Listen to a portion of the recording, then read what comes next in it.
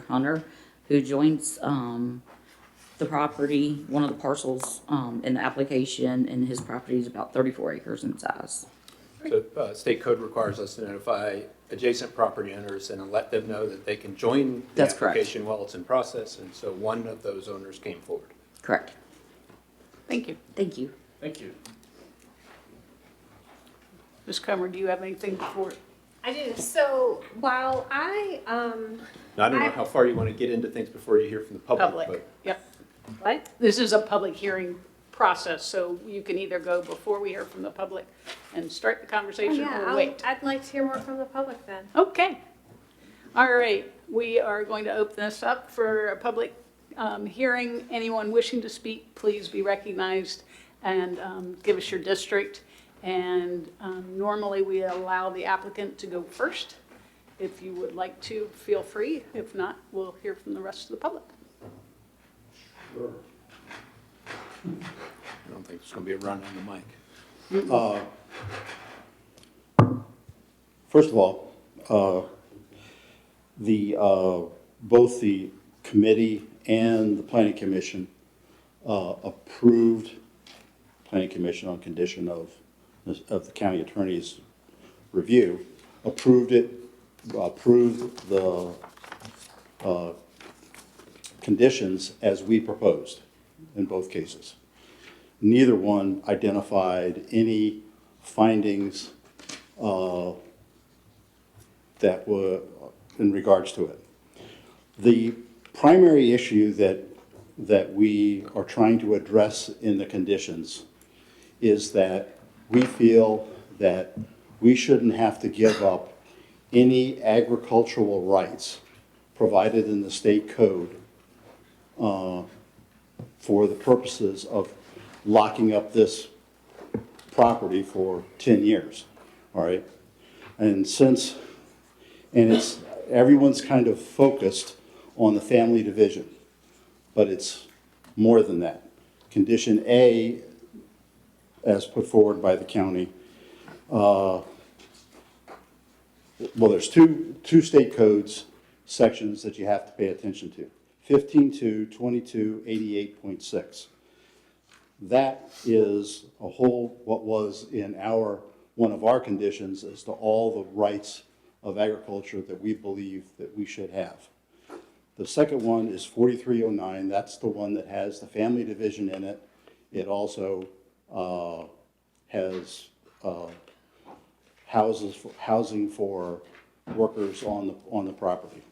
But again, as I said, since neither the committee or the planning commission had a finding that in the case of 2288.6, there was a health or safety issue, or in the case of 4309, there wasn't a issue of incompatibility with agriculture. So in that case, we feel that we're entitled to all of the agricultural rights that are in those two sections. And that's how we drafted our proposed amendments. I don't think the way they were written to us, the county's version, or the one before by Mr. Curry, addresses that. So that's the issue at hand, really. Oh, page 1 in Jackson District, if you didn't have it. Anyone else? One last thing, just so you know, only Mark and I are here. 3 of the other landowners, one whole family's sick, the other one's on vacation in Jamaica, and the other one's on a business trip. So there's only 2 of us here. Anyone else during the public hearing? Yes.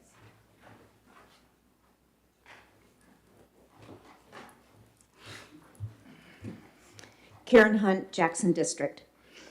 I sent a letter to the Board of Supervisors yesterday detailing information and concerns with changing the longstanding conditional language that has been part of all existing agricultural and forestal districts in Rappahannock County. Those 8 districts have all been in existence since at least 1981, with the C.E. Johnson AFD being the first in 1980.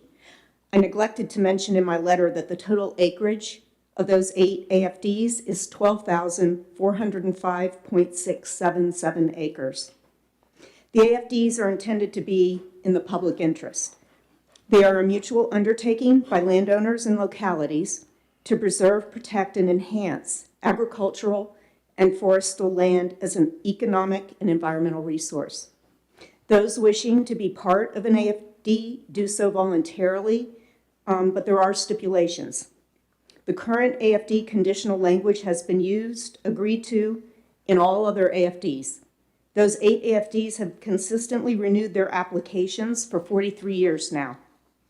The current conditional language states that by right uses other than farming and single-family dwellings require special exception, that subdivision for boundary adjustments are allowed, that division of property into parcels cannot be less than 50 acres each, and family subdivisions are incompatible with farming and forestry in those districts. This AFD application proposes significant and consequential changes to the conditional language currently applicable in the other 8 AFDs in the county. Virginia Code 15.2-4309 grants the Board of Supervisors the authority to set conditions limiting the placement of dwellings and family subdivisions if the board determines that those uses would be incompatible with farming and forestry in the district. The board has determined in other particular cases, as provided for in state code, that allowing family subdivisions would be incompatible with farming or forestry in the district. Each of those districts is between 2 to 7.45 times the size of the proposed Forgotten Creek AFD. Fragmentation of farmland is a concern and a relevant consideration. If the board has found that family subdivisions, smaller parcel divisions, and certain by right uses are not compatible in those AFDs, why would it now be compatible in a smaller sized district? If this new language were to be adopted for this new AFD, it would create an inequity for all the other existing AFDs. How would that be in the public interest? As a county, we want to encourage the preservation and conservation of agriculture and forestry. I applaud the 5 landowners who want to put their property into an AFD, but it cannot be to the detriment of others in AFDs who have been good stewards of their land for their benefit, the county's benefit, and to the benefit of us all. If the current AFD conditions we have that are applicable in those other 43 to 44-year-old AFDs, those 12,405.677 acres, then they should apply here as well. Thank you. Thank you, Karen.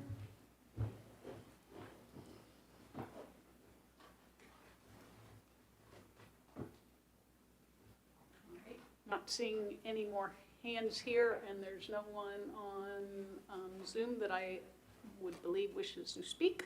We can close the public hearing, and Ms. Comer, go for it. Now I can go for it. Yes. So first, I want to share with everyone that I've spent a fair amount of time on this. I've spoken at length with Commissioner of Revenue.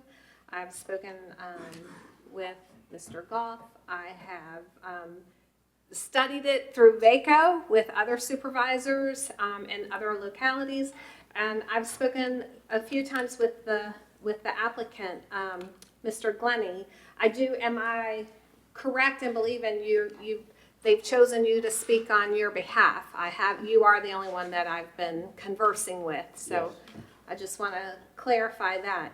I also want to say that while I am not a farmer, I'm not going to pretend to be, I have a very close relationship with several, and I had a front row seat what it was like growing up on a farm. And one of the hardest things for a farmer, besides getting up at 4 a.m. and working 16-hour days, and besides walking through a pumpkin patch or a watermelon patch after a hurricane, looking at the destruction of months and months of work, and besides trying to find good help that will work in 95-degree heat and 100% humidity. Besides all of that, one of the hardest things for a farmer to do, especially a small to medium-sized farmer, is to plan his succession.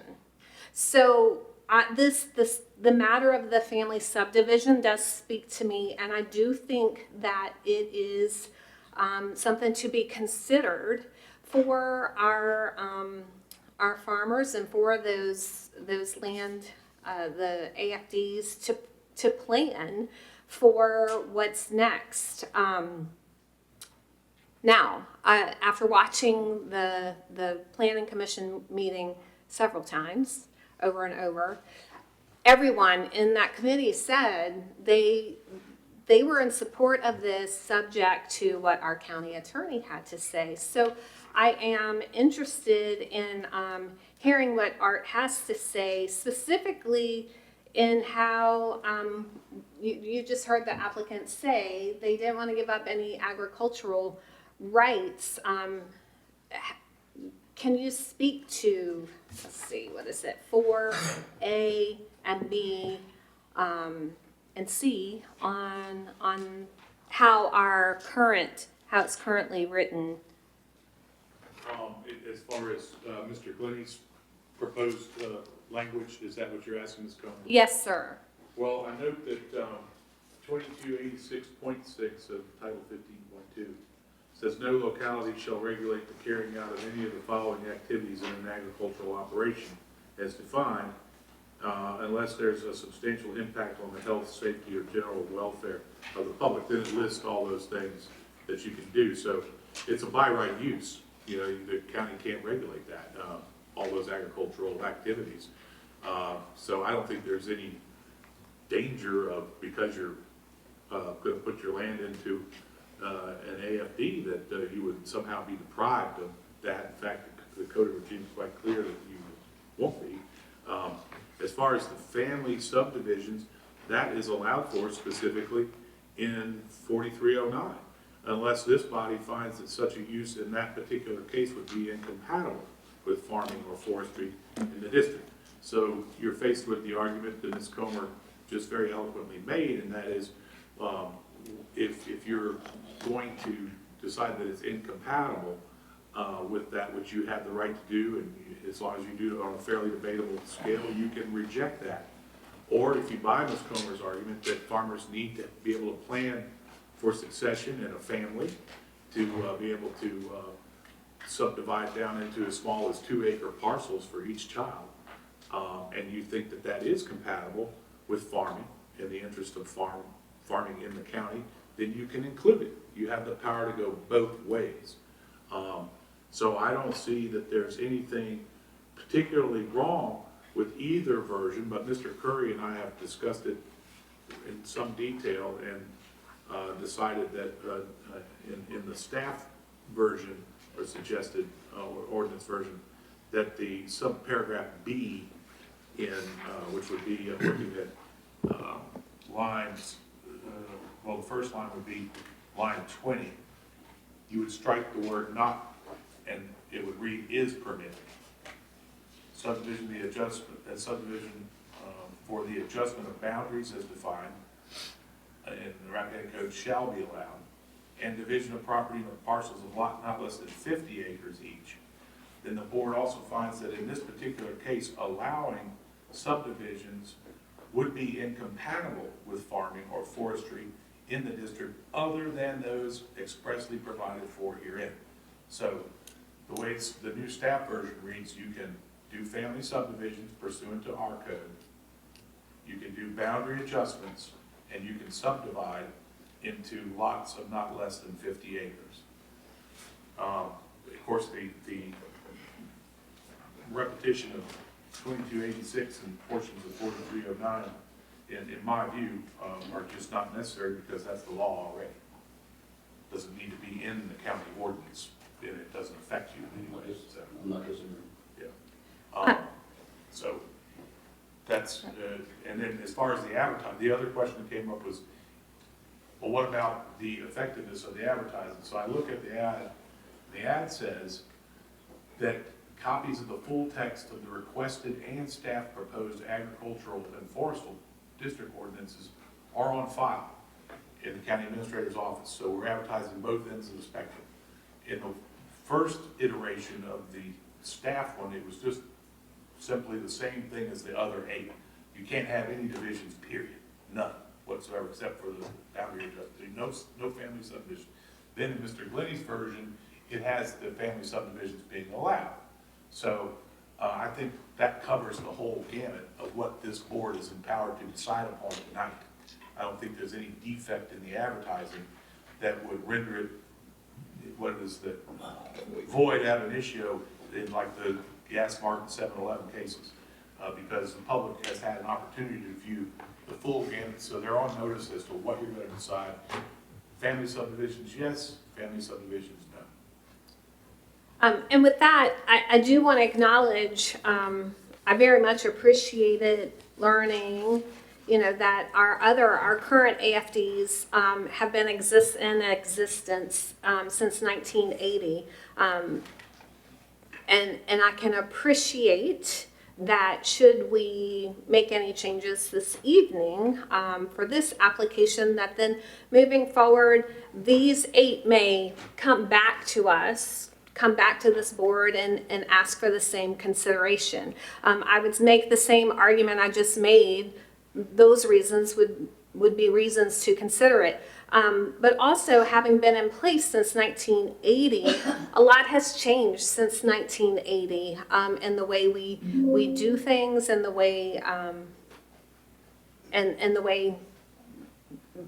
well, a lot has changed, period. So with that, I'm interested to hear any input from Supervisor Smith, because she was there when the advisory committee met, and I believe she could probably share some interesting tidbits from folks who are living this world right now. I mean, it's very humbling to share a meeting with county farmers that have been on their same land since the 1800s and have a deep connection and love for the properties that they inhabit.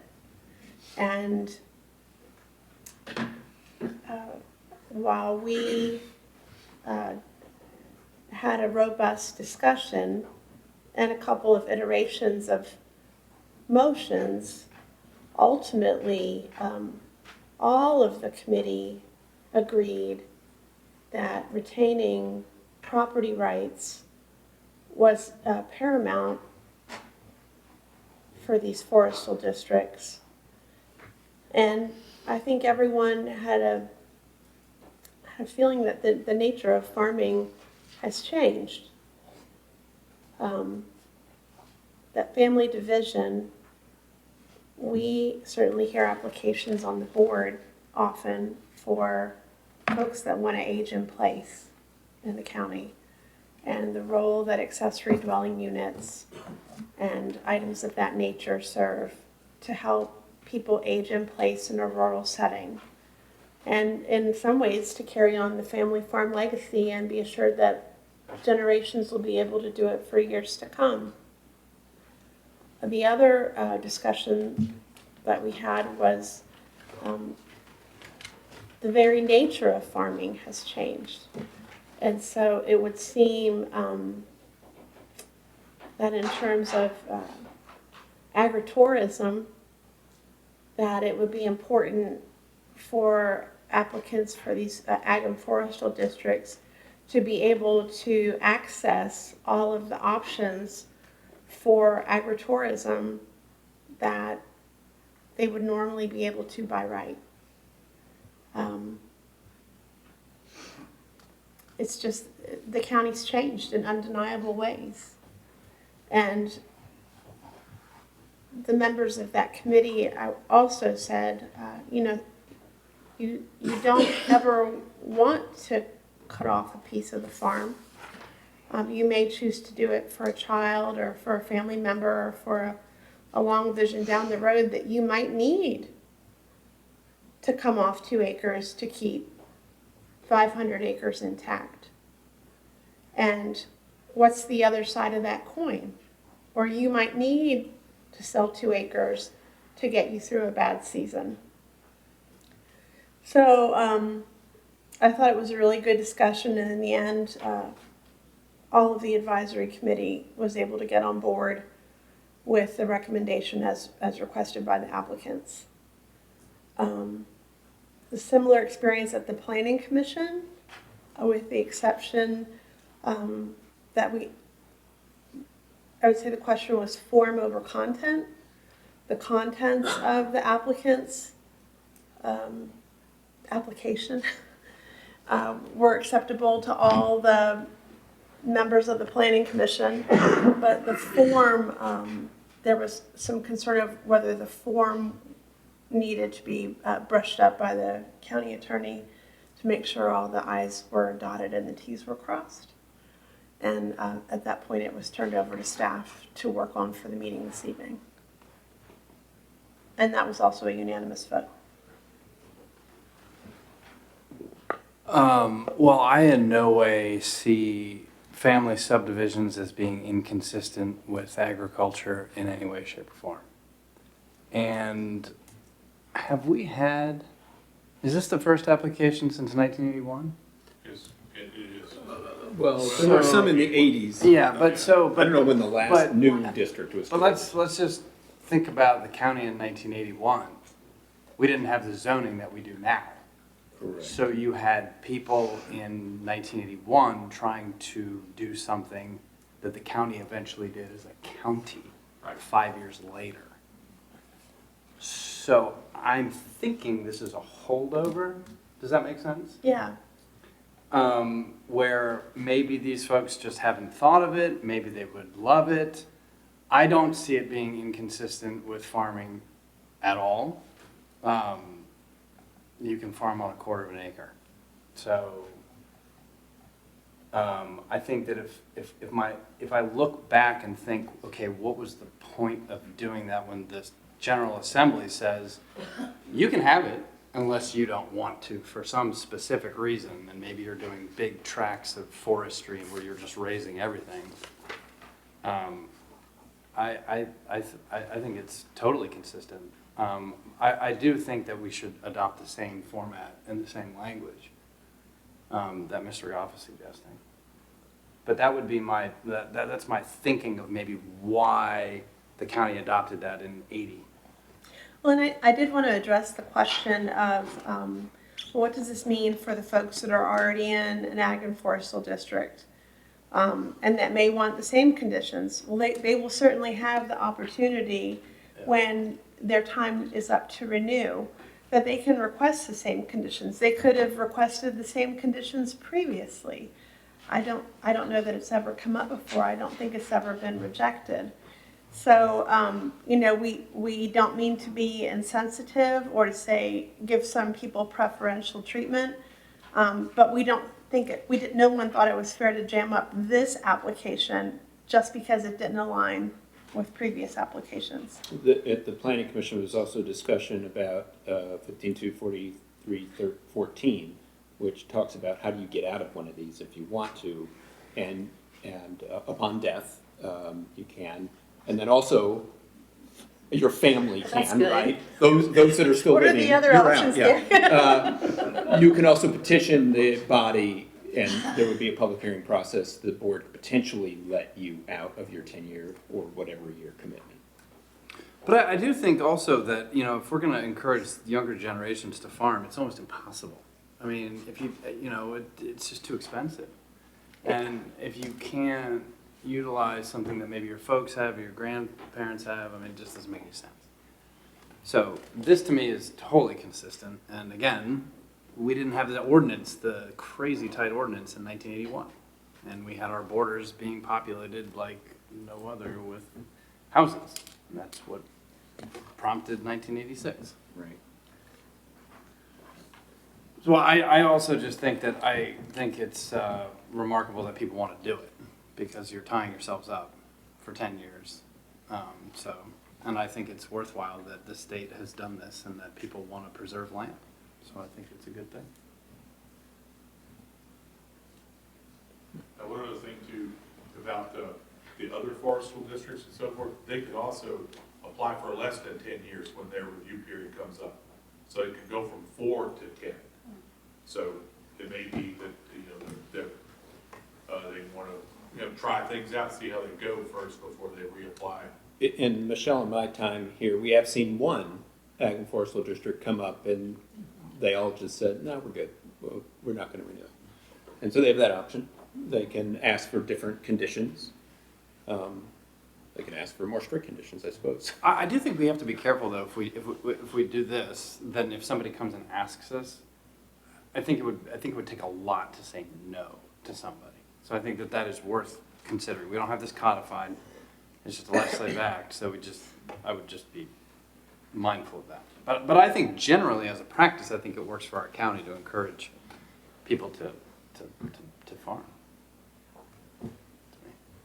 You mentioned earlier that the focus was on the family subdivision language, but you had other concerns about the county's proposed language. What are the other concerns? Because it seems like now all we're talking about is the family subdivision part of it.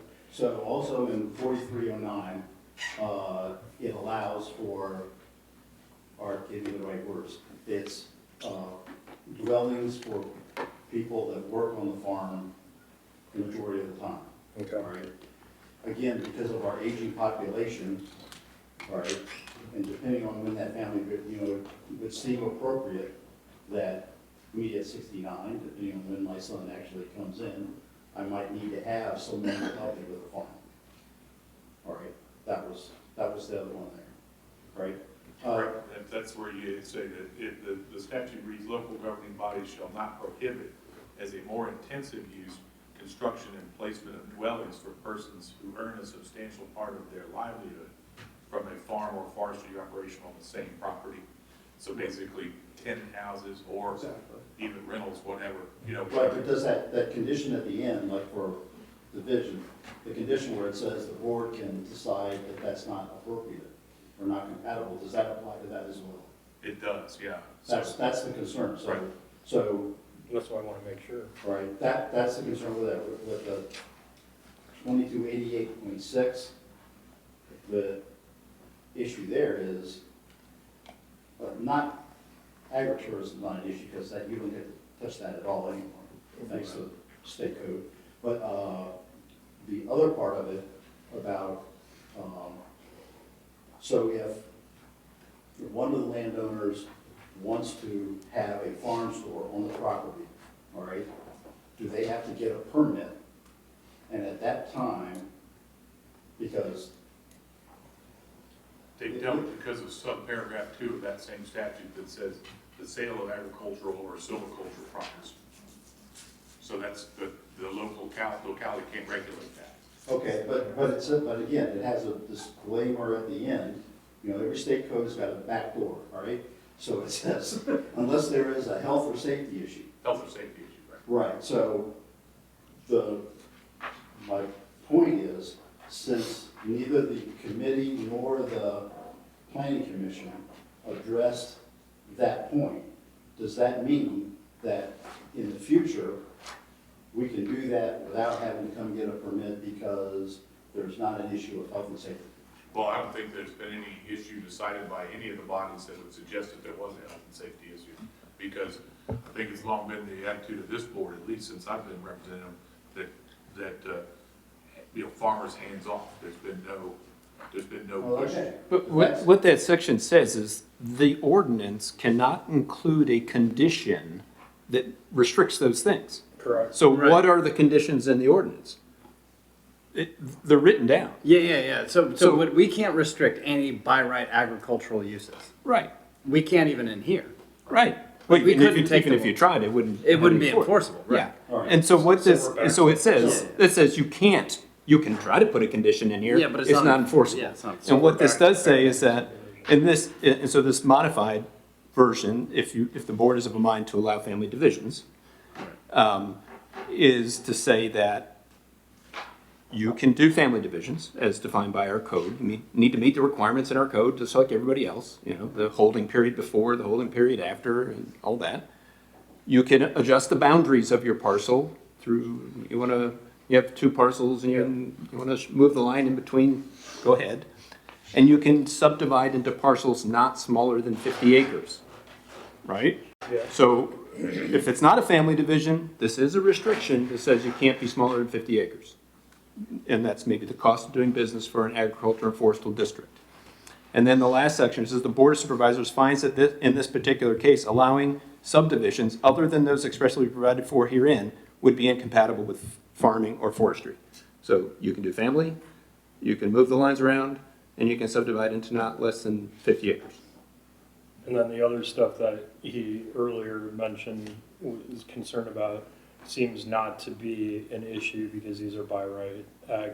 Right, now it does, Uses. it tries to overtly tell future boards, no special exception shall be in conflict with the purposes of this district. So in the future, when somebody comes to a board for a special exception that might otherwise be by right for somewhere else, it's not an agricultural and forestal district, if it furthers the purposes of an ag and forestal district, then the board is more or less compelled to approve it. So an example of that would be a tourist home. You can't do tourist homes.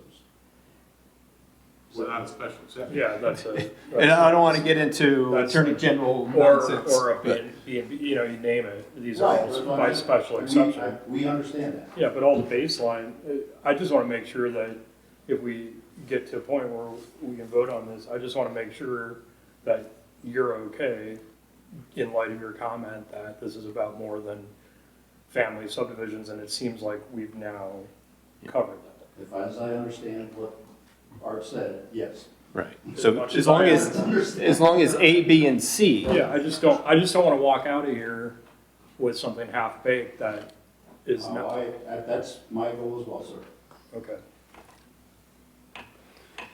The one question that I keep coming up with is define substantial when it comes to someone working on a farm and needing how do you? State code is full of gray areas that allow a legislative body to make fairly debatable decisions.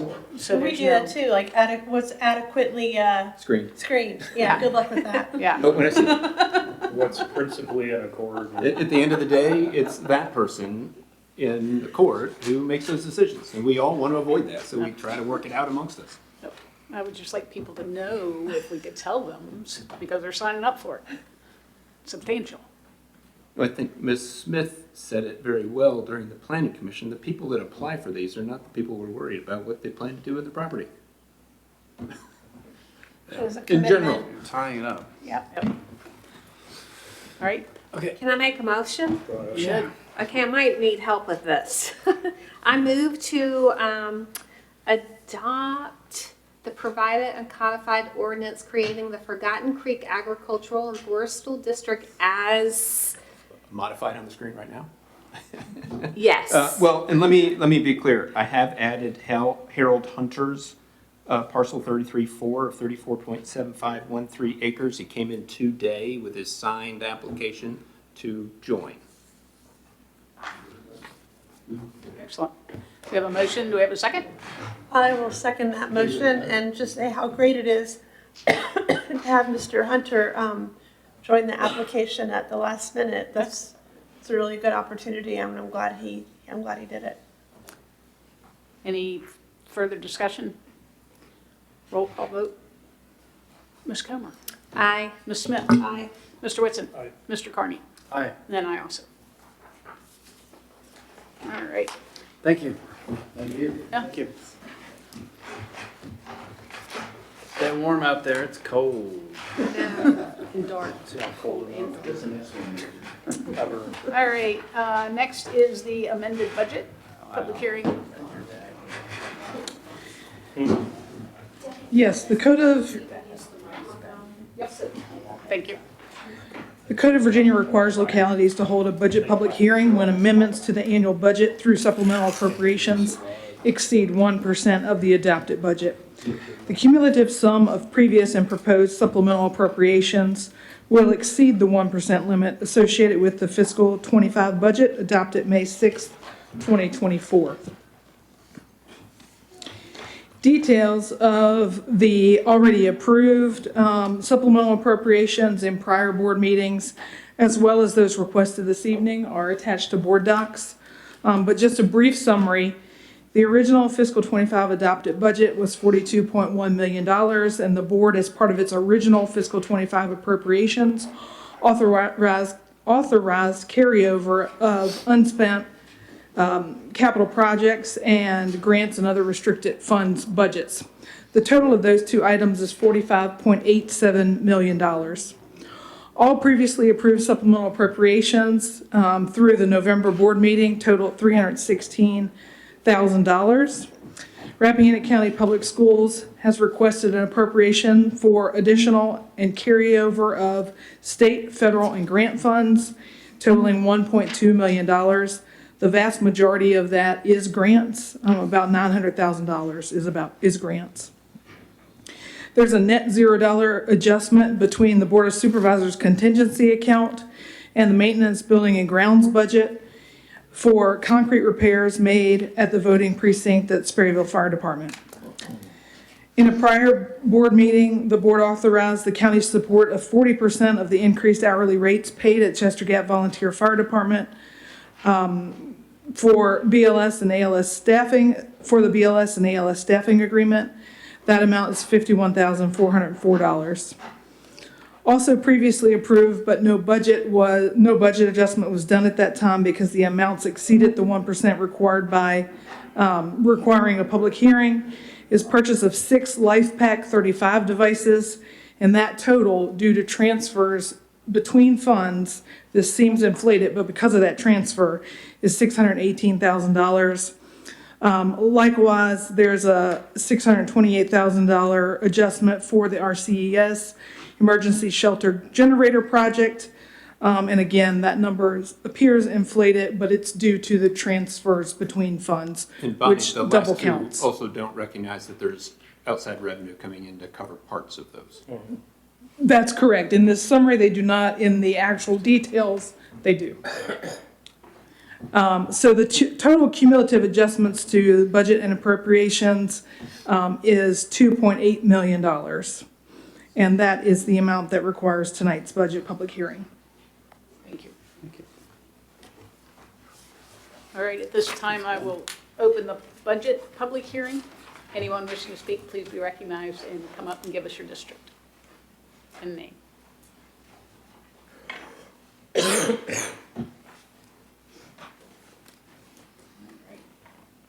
seeing anyone in the courtroom. Anyone on Zoom wishing to speak during this public hearing amended budget, please raise your Zoom hand.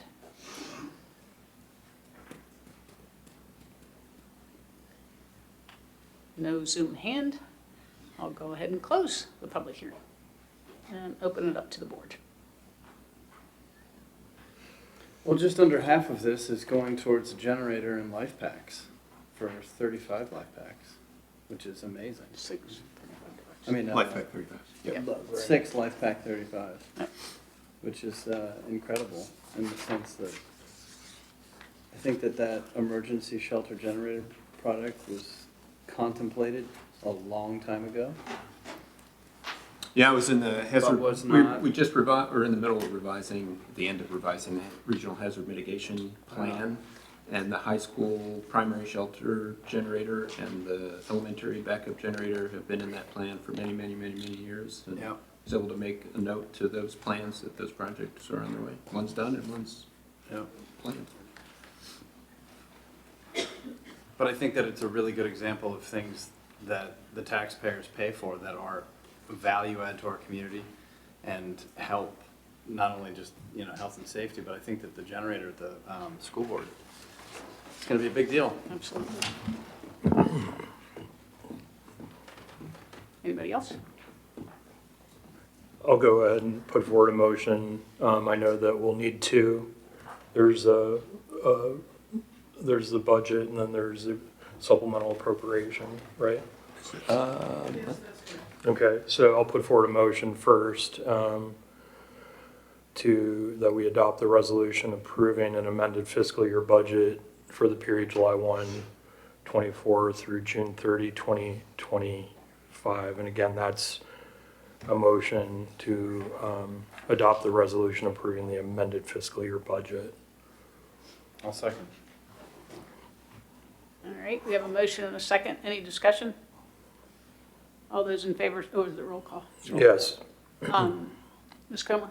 Aye. Ms. Smith? Aye. Mr. Whitson? Aye. Mr. Carney? Aye. And I also. And I'll go ahead and make the, the parallel or concurrent motion that we adopt the resolution provided appropriating supplemental funds for the fiscal year budget for the period July 1, 24 through June 30, 2025. I'll second. We have a motion and a second. Any discussion? Hearing none. Ms. Comer? Aye. Ms. Smith? Aye. Mr. Whitson? Aye. Mr. Carney? Aye. And I also. Is that what you needed? Yes, thank you. Thank you. Bonnie. Well done. Next, public hearing, tourist home FC 24-08-01. Thank you. This application is for 103 Bean Hollow Road, identified by tax map number 12-21. The property is 144 acres in size, and it's owned both agricultural and conservation. Pursuant to 170-36E and 170-66K, the owner wishes to use this as a 4-bedroom tourist home when he is not here, as he also resides in Colorado.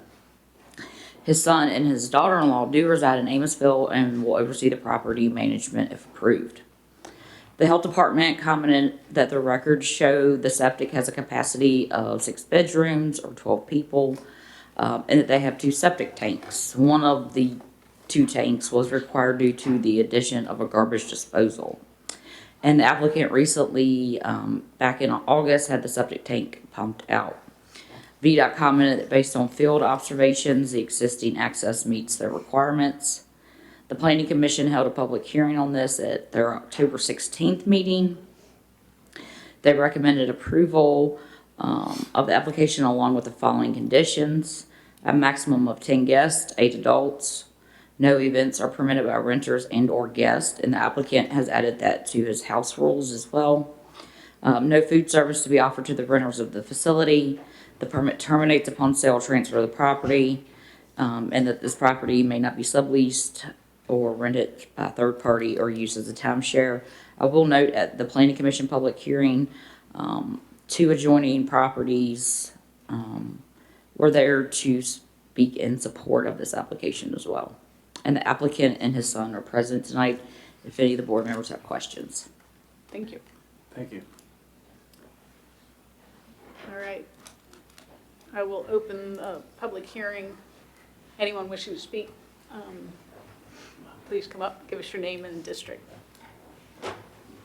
I'm Greg Aliff, the applicant, and this is my son, Jimmy Aliff, lives in Amosville with his wife. I'm in Wakefield District? I'm in Wakefield District, and I'm not contagious right now. I've had a skin surgery thing done last week, and it's peeling everything off of me. So anyway, Fair skin people understand that. Yes, yeah, I think I know. Wait till I get on the airplane tomorrow. I'm sure they're not going to be too happy sitting beside me either. So, but anyway, I'm here to answer any questions you might have.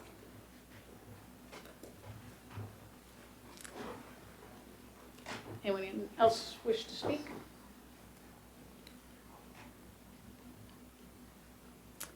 Seeing none in the courtroom, I think we can close the public hearing and open it up to the board. Who are your 2 immediate neighbors? My 2 immediate neighbors, the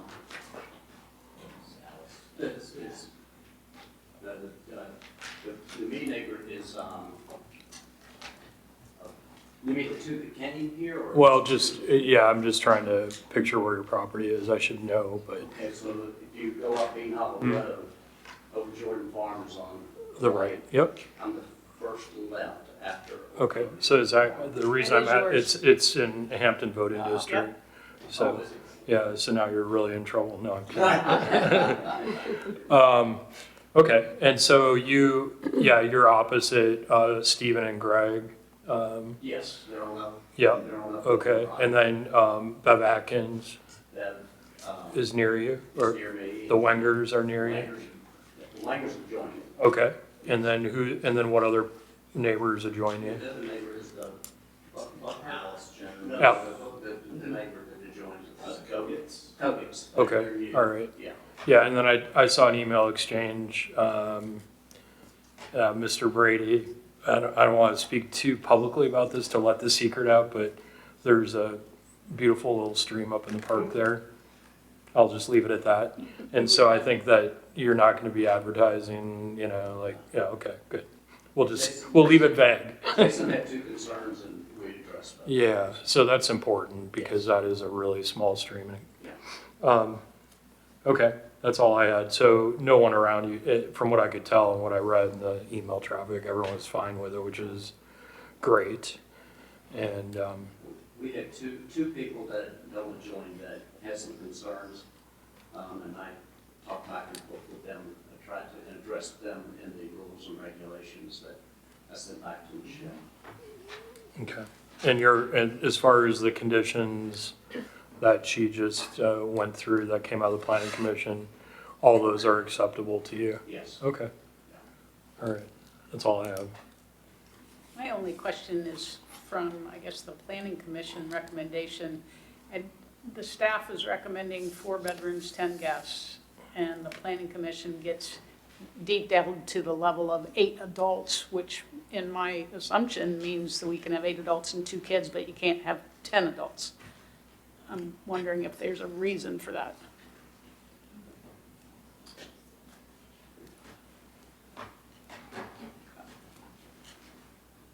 Yeah, we went through something similar with the Mount Marshall thing. Right. It's just, it should be people. Yeah.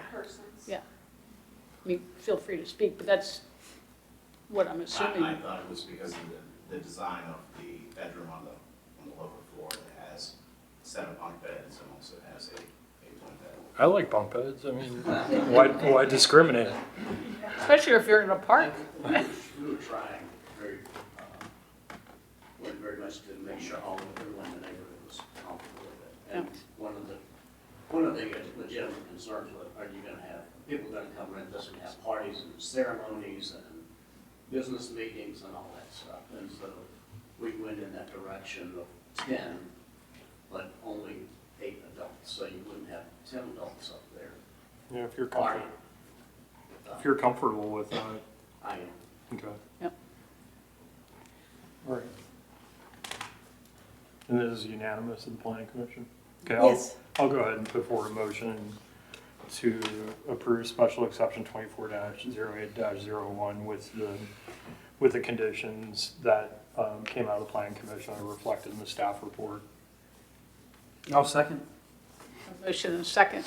Any discussion? Well, Mr. Sis was absent, so it wasn't. Ah, Everybody that was there voted. everybody that was Okay. there. Gotcha. All those in favor say aye. Aye. Aye. Any opposed? Thank you. Thanks a Thank you all lot. for Thank coming out you. tonight. Thanks for Thank the you. good application. Yeah, and Have a thanks. safe flight. Yeah. Just wear a mask. I did think about that.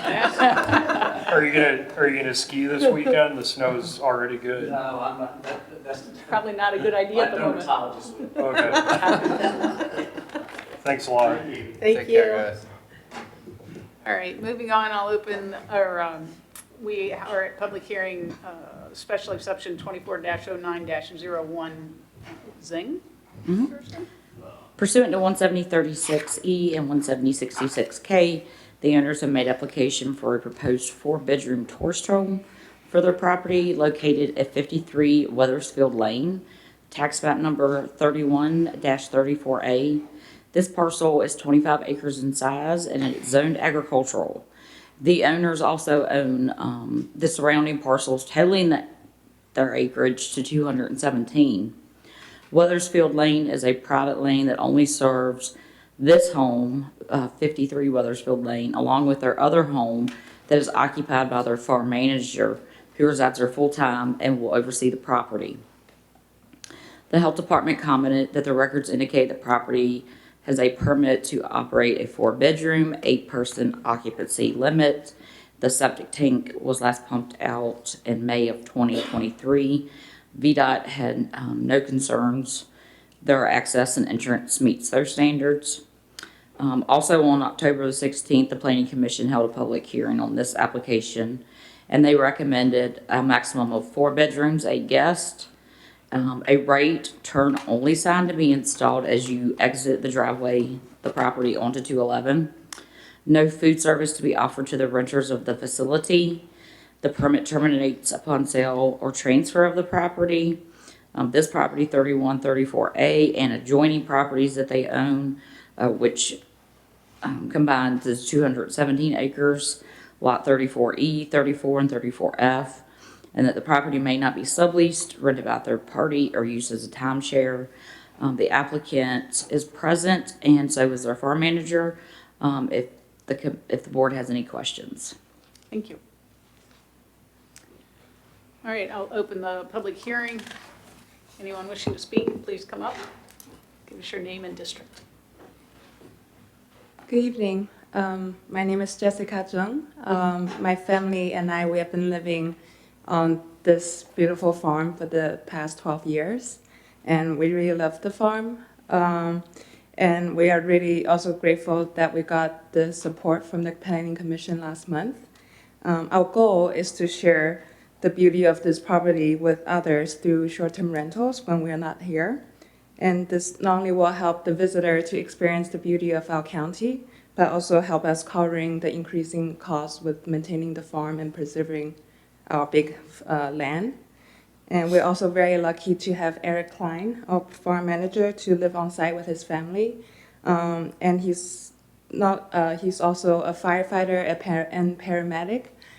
So that adds another layer of security for guests and our neighbors, because we have someone with emergency training nearby. And yet, thank you for considering our application, and we're happy to answer any questions. Thank you. Thank you. Thank you. Anyone else wishing to speak during this public hearing? Anyone? All right, looks like I can close this public hearing. Ms. Comer? So I just wanted to make sure I understood, you own all of the surrounding property, and this would terminate upon the sale of any of that? Recommendation of. Okay, yeah. So I guess the neighbors are okay with it, huh? Well, this is an interesting case. The Virginia Code requires the county to notify in writing the adjacent property owners. And in this case, they are the adjacent property owners in most, there are, I think, a couple parcels. But that can happen in a scenario like this. Somebody could have a parcel that's totally enveloped by their own land, and the only people that would receive written notification would be the applicant for all practical purposes. So.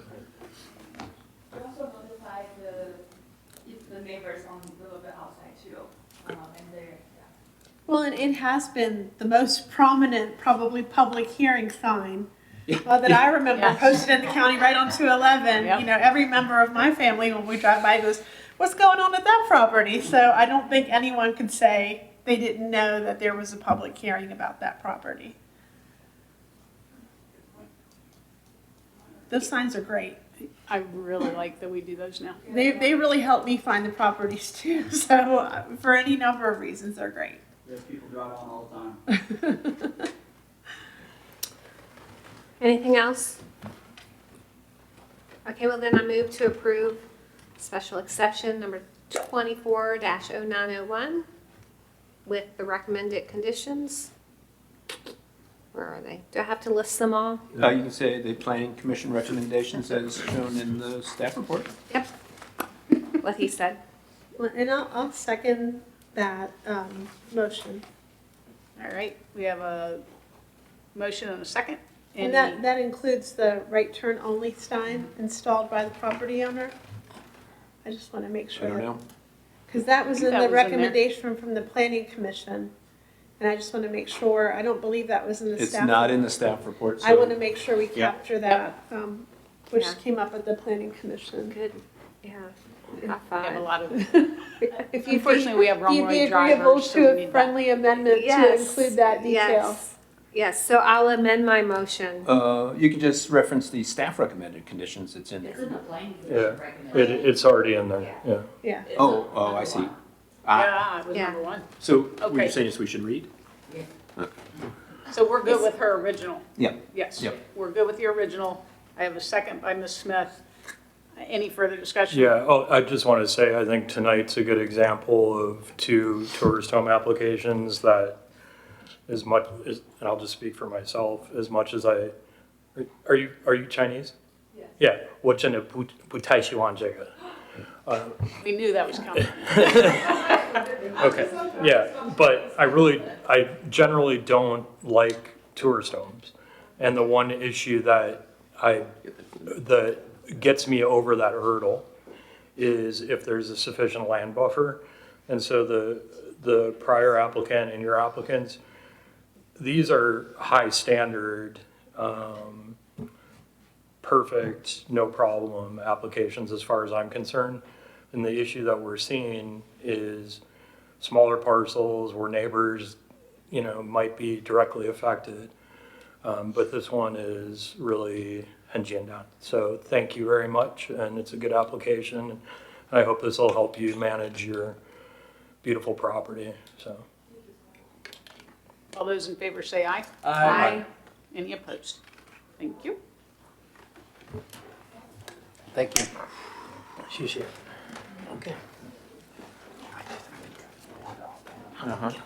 We've been unanimous No, I'm good, thanks. tonight. I'm telling you, Yeah, I'll help December, Crystal with these are minutes. good work for them. Here, you'll have to help Crystal with minutes. What's I actually know a lot of guys at Station 3, and I met someone right down the road here. Okay, good. I probably, once we have some more time, I was thinking about it. That would be great. Yeah. The Lifeguard 35. Thank you for that endorsement. That was a big deal for us. Yeah. Yeah, Huge. that is, success rate in CPRs, everything, even, I can talk around. Yep. That's great. Thank you. Amazing. Yeah, and then, You guys are now state of the art, like even more than we are in Prince William County with those. great, and you're soon gonna see a community AED program. I'm a sudden cardiac arrest survivor, and so we're gonna do AEDs pretty much any public gathering place in the county, and that should happen in the first quarter of this coming year. Yep. So, Very exciting. I benefited from an immediate response, so, Awesome. yeah. So, anyway, thanks for all you do. Thank you guys. 谢谢，下一次见。 Be safe. Okay, Bye. 好， Thank you. 谢谢。 Show off. Yeah. Hey, come on, I don't get to use it ever in local county government, Then that had to be except once in a exciting. while. Okay. Moving on to public comment. Shoot, forget about that one. Yeah. Anyone wishing to speak during public comment, please be recognized. Come up, give us your name and district. There's such a crowd.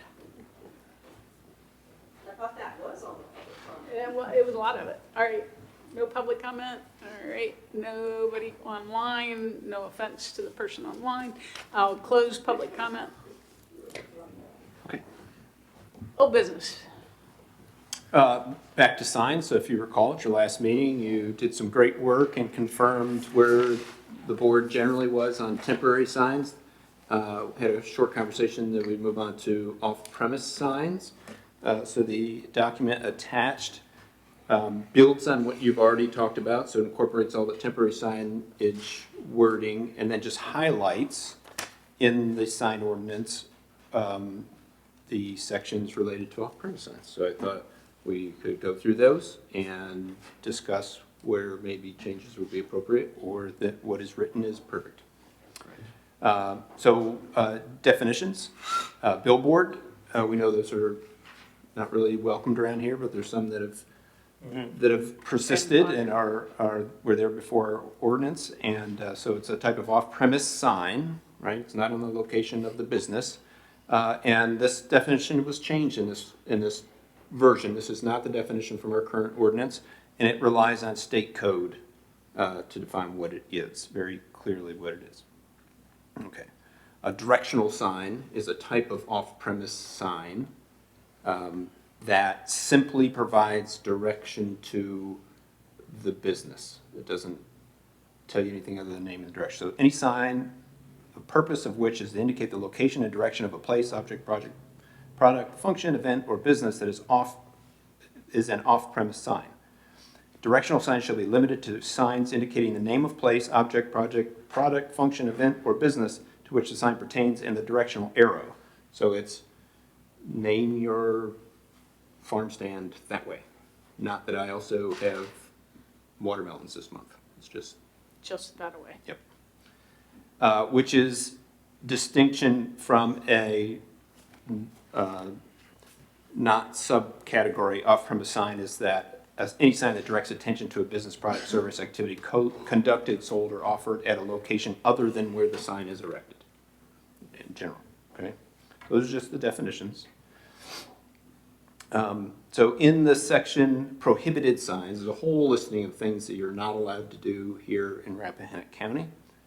And one of which is billboards are prohibited. So it's a type of off-premise sign, we don't allow them. And then other than billboards, off-premise signs unless otherwise specifically permitted by 17102. So you can't do off-premise signs unless the specific section about off-premise signs says you can do it. I think theoretically billboards is included in that, but I think it makes sense in this case to just be redundant and very clear that we don't do billboards. Good. Okay.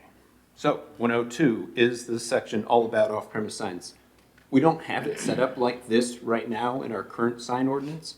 So this attempts to make the topic more clear by bringing all the discussion of off-premise signs in one place.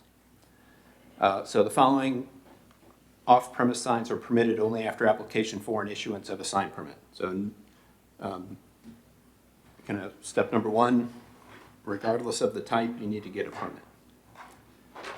Temporary directional signs to a business catering to the traveling public as needed at intersections only with written permission of the landowners and subject to the requirements of 17101. 17101 is all the stuff you went through in the preceding months about temporary signs. So it's got to meet the size and all that stuff with the temporary signs that we talked about before. Directional signs, a maximum of 2 directional signs, not temporary. So these are planted in the ground kind of forever. Not subject to the 120 days or whatever you guys decided for temporary signs. Shall be allowed per non-residential use, including farms from which products are retailed directly to consumers, provided that the establishment seeking a directional sign is not located on primary highway. You only get one of these if you're not on a primary highway. That means that if you're on a primary highway, you have your permanent signage is already adequate enough for you to draw the attention of the people that need to buy your goods.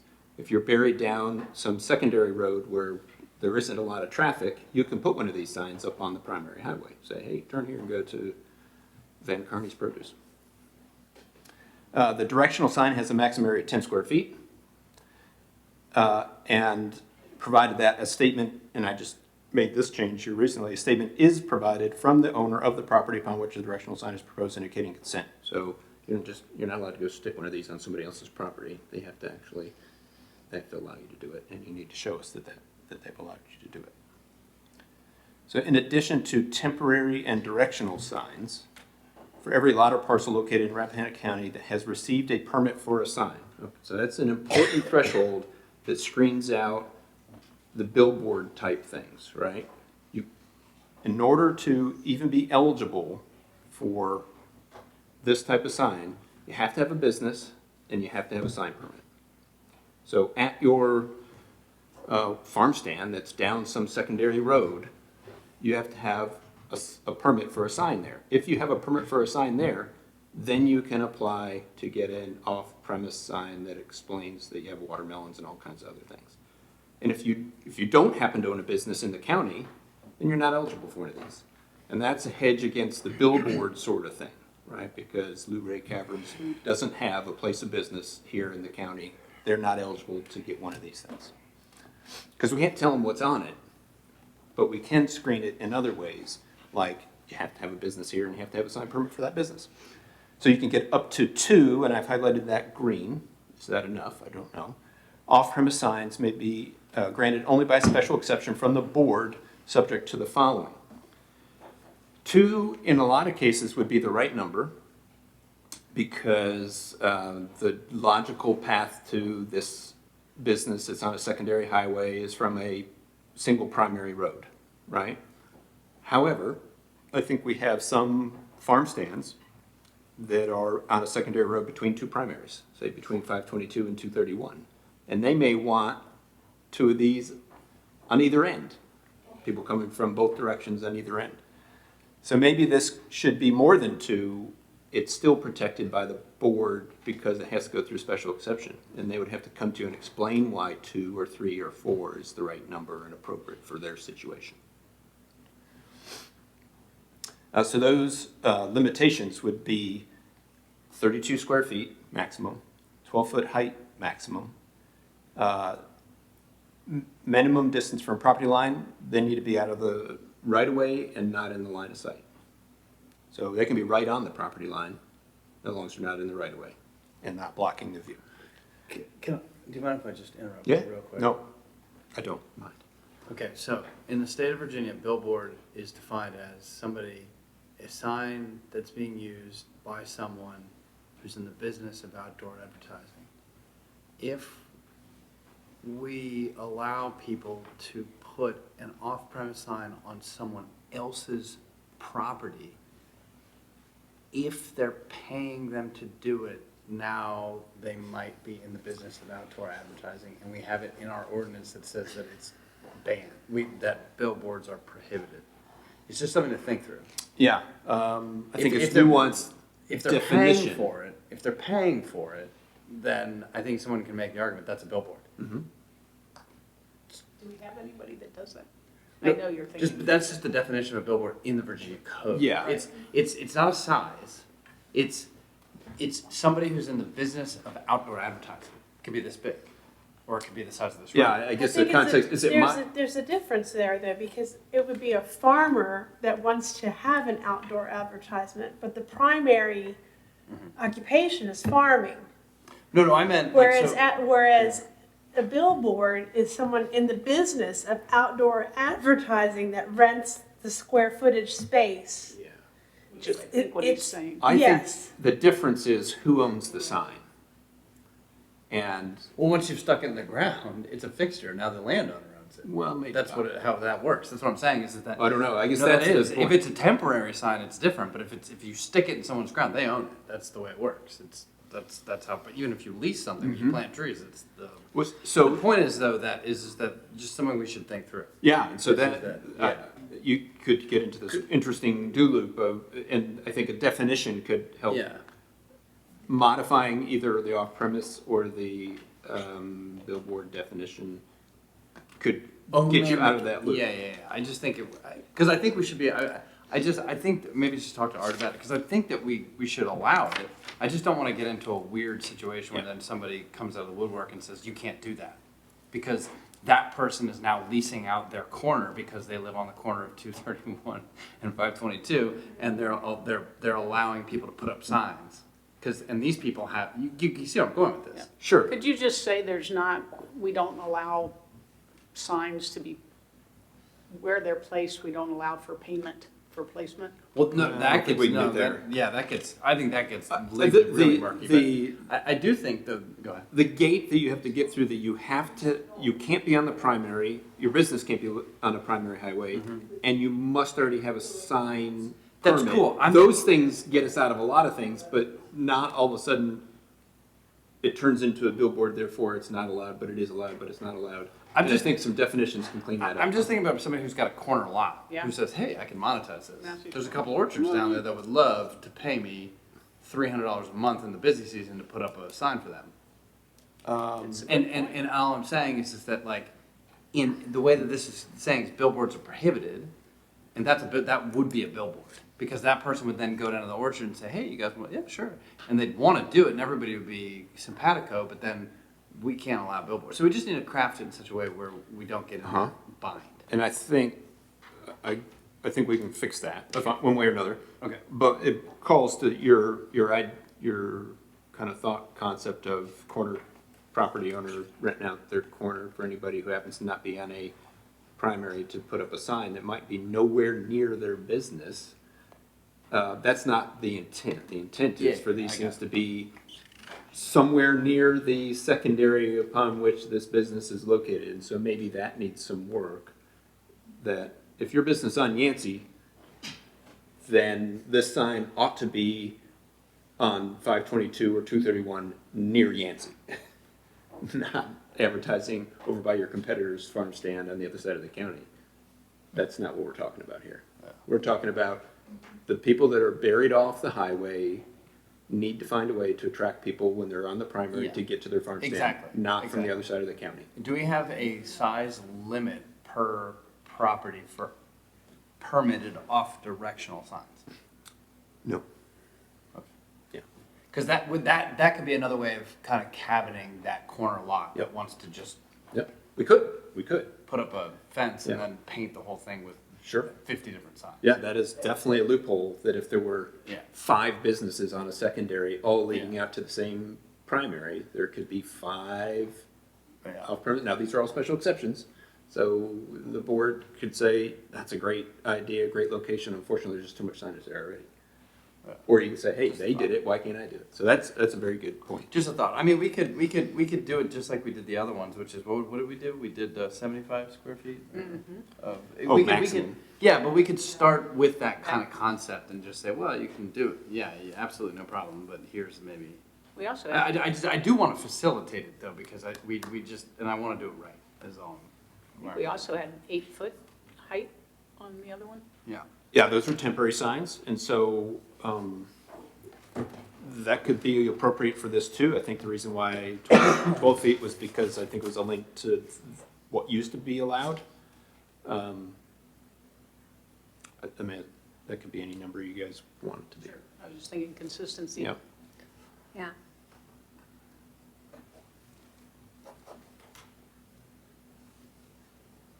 Okay. The owner who owns the property has to agree to it, and this is where in that E, and in the other section earlier, the temporary one, that might be the section where you say maximum per parcel is whatever, Okay. right? Yeah. 2 signs Yep. or 2 up to whatever, Yep. X number of square feet.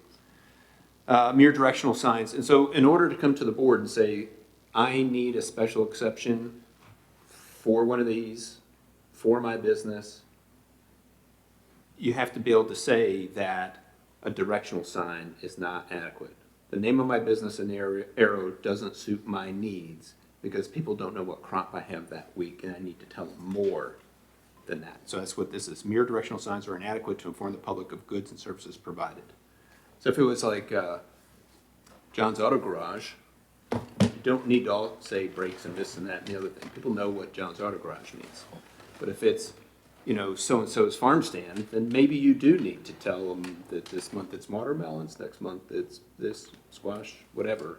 And that's where it would bump up and they would have to come to the board and explain why they need this differential ability to share what they have on their property beyond just a directional sign, which is, they can do those by right. Okay.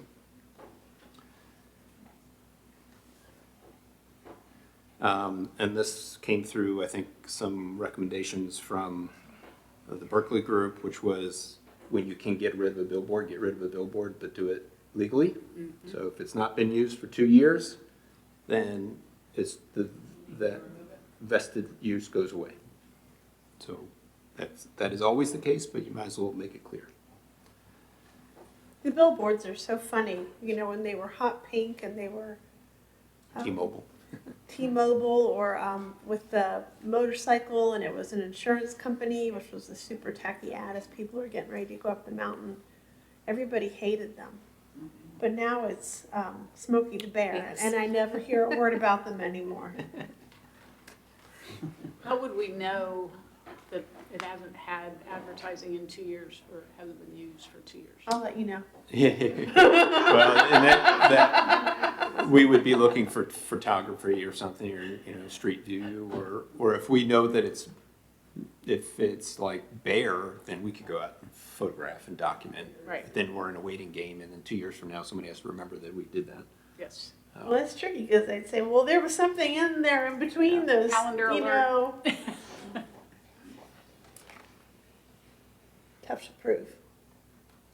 And this section is just highlighting that same removal signs, 2 years is state law. I think that's it. So yeah, so it's not a huge subject, it's really focused on. Excuse me. Yeah, I think it's a good. This is good. We definitely want to allow something Yeah. more than just the Yeah, name of the business and arrow. Yeah. But that should be restricted, and somebody should have to come to the board and explain why they need it for their business, and go through the special exception process, let the neighbors talk about it and whether it's good or bad. I think maybe more than 2 is highlighted here is necessary for particularly a case where you are near 2 primaries and people might actually access you from either direction. So we talked about trying to clean up the billboard versus off-premise definition conundrum. Maybe somehow pinning the location of these signs relative to that secondary road. Like, it has to be proximal to that. And then the total that might be allowed on a lot that's hosting these. You can't just have 10 off-premise signs for businesses down the secondary roads. Any other input?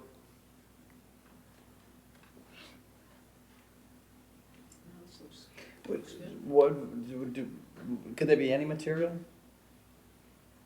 I think they couldn't be animated, right? Because they're otherwise prohibited, so. And no. it doesn't apply to temporary signs. It's That not are off-directional, that other people just elect to put up. The temporary sign. Off-premise directional. Yeah. So, that is an interesting,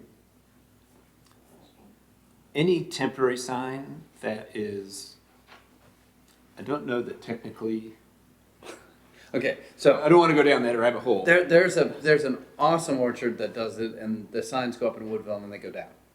Yeah. And they're temporary. Yeah. Seems to really, it's been working for decades. Yes. So That's not an off-premise sign, because they do go up and down. They get stuck in the surrounding. I'll ask you a question. Yeah. Yeah. Can you regulate what a temporary sign says? No. Okay. That's all you. Yeah, there you so go. Yeah, okay. Those think you those have people get their Right. I think you may have an excellent slide that shows those particular Yeah. temporary so. signs. Yeah. So we can't regulate what the temporary sign says. So Yeah. is it off premise? Is it what? Oh, We just I- not. It So, gets confusing. I wrote with the thinking, I had a constituent who's he is fully in support of the feather signs, which I have a number of people have really want that. Huh. And those are temporary. Yeah. They are temporary. Yeah. And we did talk about this last time, and people do like them for businesses. And so anyway, they have nothing to do with this, but Yeah. So I this did this wanna really bring just it up. aligns with the temporary sign section and says, yeah, you can do temporary directional signs, but you just have to meet the temporary requirements. And oh, by the way, any temporary sign that is advertising a business that's located somewhere else is an off-premise sign, but we don't regulate sign content, so Right. it's a rabbit hole. Yeah, right. All right, what Okay. do we need to do? Just if there's anything else you think other than what we just talked about. and So where I are we can- now? So if temporary's kind of done, then I can incorporate some of these thoughts into off premises, then maybe you want to tackle animated signs. Well, I think next month. so do you, Next animated signs are prohibited today. Blinking signs, quick blinking like more than once per hour, unless they're showing the time or temperature. Unless they're permitted. No, you still can't blink. You can be internally lit. You're not allowed to blink. Oh, well, that's what I meant. Yeah. Yeah. Or wind driven. That Right? describes me so accurate. Wind driven. Probably better anyway. The Amosville sign, part of their permitting process, they understand that they cannot change that message more than once per hour. Yep. Thank Okay, God. okay, gotcha. Now, some of the message board signs in the county do change more frequently. What about the one at the high school? I don't know what you're talking about. Right. So they shouldn't change more than once per hour. So you have that, and then you have wind-driven flags and all that. And the question is, last time, do you want to allow those commercial animated signs, the answer was yes. We want to allow flags, feather stuff, so I think we mostly took care of this. Yeah, I feel like we did. Yeah. So should we just move to public art and murals? Unless you want to look at, What do you? unless you want to save that special piece. No, I say we tackle it. I say The other thing you Well, need to tackle is the permanent sign, area, height, setback, sort of thing. Okay, so we talked about the temporary signs and the off-premise signs. What about the actual sign that goes at the bank? How big on the face of the building? All those sort of things. Do you want to get in? When do you want to get into that? Because that's also a big part of this. The permanent signs on site. Well, how do you guys all feel about public art? I mean, I feel like we shouldn't carve it out, and I feel like if people want to do it, just get a permit for it, and we can waive for nonprofits. We can waive fees. The main. I mean, if somebody wants to do it, they can just apply and. The main pro to including it and regulating it is size restriction, right? But we can make that as big as we want. Yeah. I'm generally in the camp of carve it out, but Carve it out. Yeah, I mean, you can't regulate content anyway. So if you're just going to allow them to have any size they want, then what are you regulating? Wait, what? If you want them to have as big of a mural as they want, then what are you going to regulate? No, I mean, when you say carve it out, I'm saying allow. Say it's not a sign, and you can paint your barn as many intricate colors in whatever format you want. Well, this is what we got into before about Yeah. letters and expression Yeah. and First Amendment issues. Yeah. You go So ahead. it gets very difficult to say, hey, that's a sign, that's not a sign. Are you selling T-shirts in your barn? It's commercial. Only It when comes you- down to commercial speech, and if it's Yeah. commercial, then it's a sign. If it's not commercial, it's not a Well, sign. I know we got into these. Yeah. millions. So I think the board needs to figure that out at some point. We've had drafts on both sides. It was regulated to start. We heard from RAC and some others. They said, no, don't do that. And then the planning commission said, okay, we'll take it in. And then we got to where we are now. And then we heard from others saying, well, you better put that genie back in the bottle and regulate how big the murals can be and where they can be. So really has to be one or the other. I've got a very practical request. Could you call VDOT tomorrow, and have this, Sign removal? this reproliferation Merry of- Christmas. Yeah, it's ridiculous that the rights of way were clean and now they're not. And I'm not gonna name businesses, but there's one repeat offender who apparently thinks that you just put signs wherever you want. And it's just, it's clutter, it's not cool, it's not Rappahannock County, and it should stop. Yeah, I can call them, and it's probably a good time before winter shows up. Do you want to keep in order and do the animated signs next? Was there a reason we weren't doing Oh, it? I just typed it in that order, but that's fine. Yep. I mean, I just think it keeps us organized and, I think it's a simple topic, too. yep, yeah, and Well- January's busy enough typically, so. May I ask a quick question about the signs in the right of way? Would it be an overreach for the zoning administrator to issue a letter that relates to signs that continue to reappear in the right of way? Is it overreach because that's a VDOT issue? I think it's an authority. it's not- It's an authority thing. We really don't regulate the right of way. Unless we become the long arm of VDOT. Yeah, I mean, if it was a town and you, Yeah, we had REC pull that sign off that power pole at Massey's Corner, yeah, right? because they own that, and so the way is to get a VDOT and have, now we can try to encourage them to remind repeat offenders that, Yeah, but I don't think that's ever gonna happen. That's my point, is it's like, it almost has to come from us, like, hey, yeah. you know? I mean, look, I feel bad because I know from experience, and we all know from experience, those signs are not inexpensive. And, you know, I think that's the deterrent though, at some point when your signs keep disappearing. yeah. Well, and VDOT can't confiscate them, so that when they take them, they have to bring back to the shop, and then they have to have a diligent effort to find the owner, and then let the owner know that they're there, and Yeah, I just, yeah. Yep. I don't know, maybe I'll stop in there one day. Buy a table. All right. right, if we're good with, Do you guys want to try and tackle animated signs and public art next?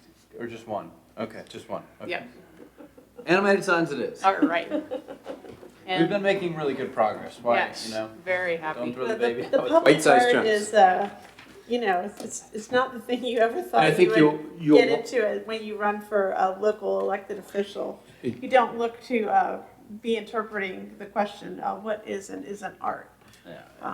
And you have to regardless of whether you permit it or you don't. Beautiful. But we should make sure when you do that, we reach out to the art community and let them know that it's a topic and Yeah. they'll share their, whatever. We certainly have heard robustly from both sides of the argument on different occasions.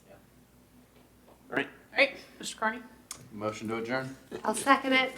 all those in favor say aye. Aye. Aye. Thanks. Thank you. 8:29. Anyway, Laura, just keep in touch and let me know if you want me to do anything. I try. Just made it happen in time for the I mean, Is mine? Mobile advertising, like art there, vehicles. Yeah. Yeah. Yeah, that you can't kind of subvert the intent of the ordinance by parking a truck